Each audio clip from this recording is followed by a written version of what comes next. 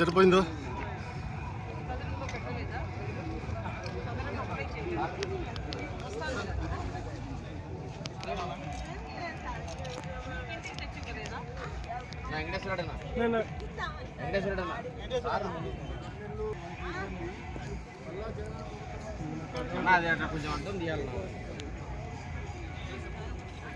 వినడానికి ఎంత భయంకరంగా ఉంటుందంటే అంత భయంకరంగా ఉంటుంది.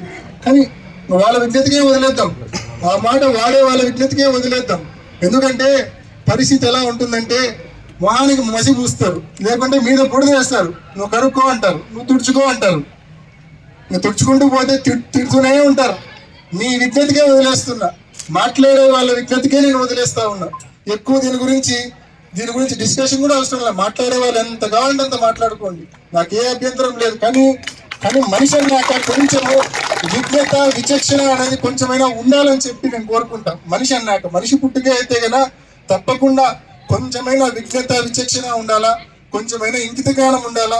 ఏదేమైనా మీ విజ్ఞతగా నేను వదిలేస్తా ఉన్నా అని చెప్పి తెలియజేస్తూ, నిజంగా ఈ కార్యక్రమం బద్వేల్లో ఈ ప్రచార కార్యక్రమం విజయవంతం చేసిన ప్రతి కార్యకర్తకు వినడానికి ఎంత భయంకరంగా ఉంటుందంటే అంత భయంకరంగా ఉంటుంది.